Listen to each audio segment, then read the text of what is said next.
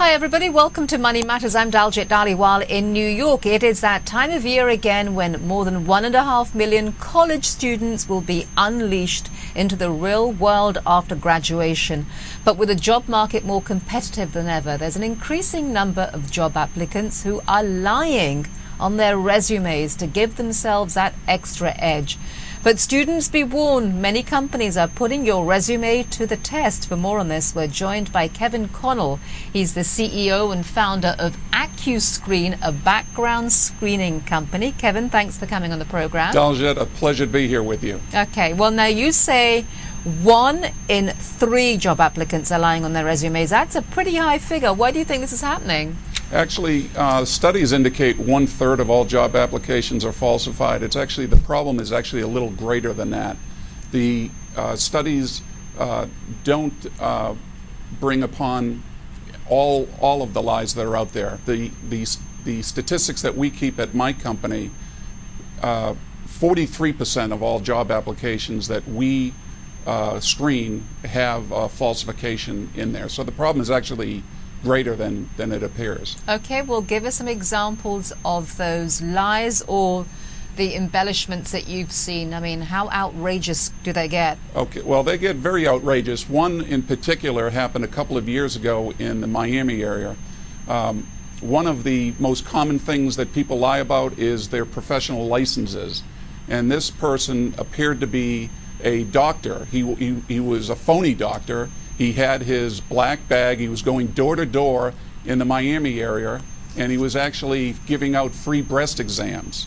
And the breast exams apparently were to screen people for breast cancer. But this particular doctor had no medical gloves, and he was basically having his hands go from the breast area down to other parts. Probably one of the most outrageous things that I saw. He had no medical license, and he was arrested for sexual assault and impersonating a doctor.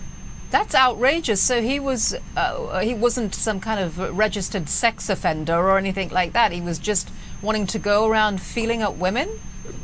Yes. I mean, there's many rationalizations for people to lie, and in this particular case, his rationalization was that he wanted to basically cop a feel with women in the Miami area. Very sad. So, very sad. So how many companies are sending job applicant resumes to you? Tell us the process of a background check for a resume. I mean, you know, how long do you check? How long does it take? And sure. Basically, the way the process works is the resume is actually the marketing tool. It's almost, I consider it a brochure that the applicant uses to get their foot in the door. But when it comes down to the actual background check, they fill out the job application. Our client then submits it through the internet to us. There's a secure connection, and they basically pick off what they want to do. Most common things are doing a Social Security number verification to make sure that the person is using the proper Social Security number, a criminal background check, as well as employment. Usually they go back anywhere from 5 to 7 years. And the other most common thing is they do a post-secondary education check, whether it be a community college or a bachelor's degree or master's degree. That's a typical check. In terms of the time that it takes, on average it takes us anywhere from 24 to 36 hours to get the report back to the client. And most employers are doing this because they've come across these lies on resumes, or they just want to see whether this person is a sort of a stand-up person and it's going to be a good employee in their company. Yeah, great question, Daljit. They do it for mainly 2 reasons. One is for business reasons. They want to make sure that they're hiring the right person for the right job to satisfy the business need. And then the second reason that they do it is for legal reasons. Companies can be exposed to negligent hiring lawsuits. So if you hire somebody and you don't do a background check and it comes back that they injure or harm a coworker or the general public, they can be sued under the legal doctrine of negligent hiring. And some of those lawsuits can get into the millions of dollars. So you've given us an example of some of the outrageous resume lies. I mean, go through the top 5 resume lies for us. Okay, the first one would be dates of employment. I mean, most people when they give false dates of employment, they're either trying to cover up unexplained unemployment gaps. They can also embellish their dates because of dates that the person may have been incarcerated. They may have been in jail, and they're giving out false dates. The second most common lie is job title or rank.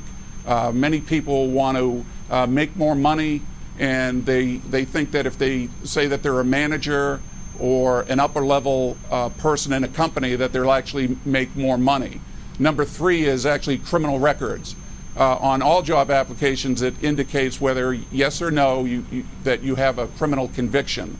So many people check off no, and then when we do the background check, it comes back that they actually have a criminal record. But I'm also assuming that when they go for interviews, if some of these people who tell these resume lies get caught, you're gonna suss this sort of stuff out in the middle of the interview, aren't you? Yes, typically. When we're called in is usually in the pre-employment stage. Some companies may be already extending a conditional job offer. So the background check is to supplement the information that is attained through the interview process. And your business, I mean, what's happening there? Has it picked up in recent months because of the tough job market? Unbelievable the amount of business that we're getting in terms of background check requests. It seems when the economy turns and the job market gets more competitive, applicants are more likely to lie, and that's been the trend. I mean, we've been doing this for a decade and a half, and the lies when the economy takes a downturn increase. All right, Kevin, thank you very much for joining us, and that is Money Matters. Thank you very much for joining us on the program. A pleasure to be here with you. Thank you.